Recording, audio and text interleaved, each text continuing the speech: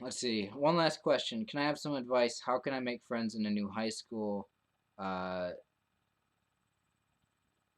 I I don't know. I really wish that I had a good answer for that. I feel like if I knew how to make friends, I would be able to. Um, I've never really been successful at it myself.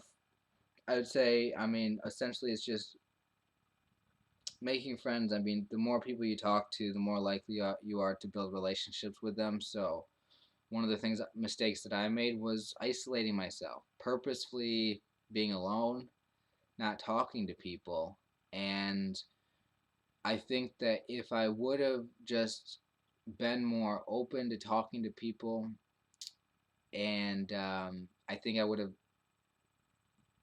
made better relationships. Because here's the thing: the truth is that I really didn't have friends in high school for real, but there were a lot of people who I felt like I could talk to if I needed to. And these were people that were like potential friends, basically. Like these are people that I liked.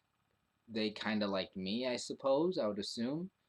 And I sometimes kind of interacted with them, but it never became a friendship. And I think that a friendship is something which you have, which is a really tight relationship where you talk to them, you text to them all the time, you can call them, you can hang out with them whenever you want. And in order to get to that kind of a relationship where you're really good friends with them, it's not just that you talk to them here and there, it's that you really connect somehow. So really making friendships, I think, in my opinion, even though I'm not very good at making friends, is about making connections. Um, and the only way to make connections with people is to find something between the two of you that you really agree with, or you really get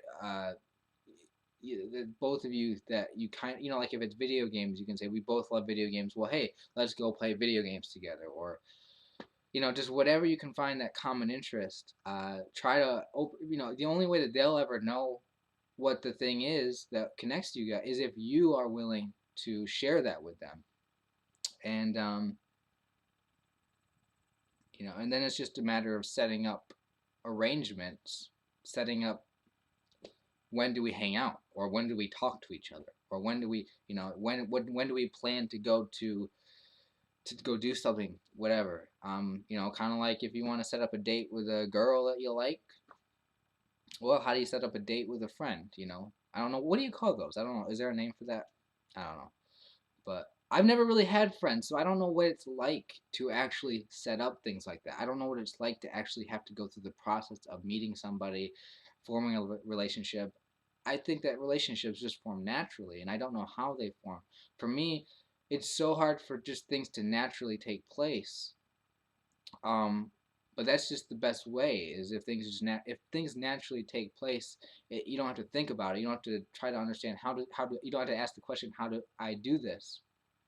Sorry, I'm uh, stumbling over my words a little bit, but yeah, I've always been the person who I've always wanted to know, like, is there just like a step by step thing that I can follow to help me get what I want in life? It's kind of like social engineering.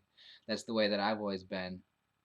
So that's kind of why, you know, when I was younger, it's not something that I'm proud of, but when I was younger, I would watch a lot of videos about these guys talking about how do you pick up women, how do you approach girls and stuff like that. And this is stuff I was watching when I was 15 or 16. It's not like I was actually going out there trying to pick up girls, but I learned a lot of very important things about that are useful, even though I don't agree with the pickup lifestyle.